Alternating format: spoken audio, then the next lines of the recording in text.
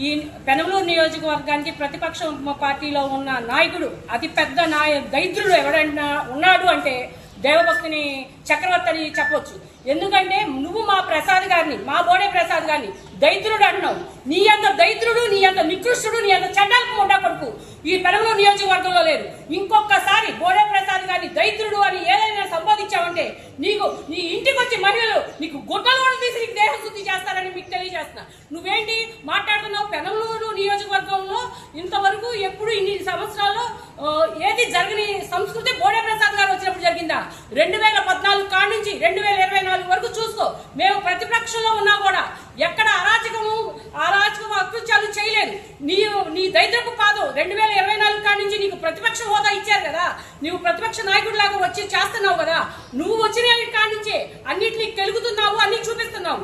ఏం చేశారు ప్రసాద్ గారు? ఏం చేశారు నువ్వు చూపించు, మేము వస్తాము. ప్రసాద్ గారు ఎక్కడైనా తప్పు చేశారా చెప్పు, చూపించి వస్తాం.